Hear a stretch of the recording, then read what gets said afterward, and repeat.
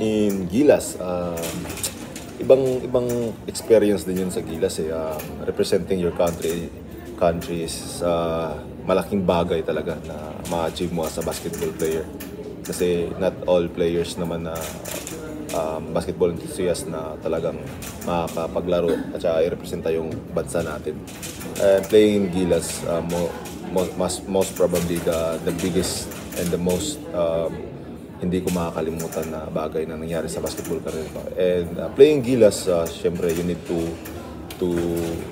develop your skills, develop your relationships sa mga coaches. Syempre, hindi naman yung team mo lang na napaglaruan mo yung mo isasalang doon. So syempre, different teams yun different players. So you need to makisama sa mga taong yun. And syempre, playing Gilas naman para sa akin, hindi naman ako yung tipong na gagawin ko yung mga dapat na gagawa ko sa team ko kasi nga hindi naman yun against naman yun sa sistema namin and hindi naman dapat gawin yun na talagang gustuhin mong palagi yung bola sa'yo. Siyempre, you need to adjust din sa mga ganung bagay.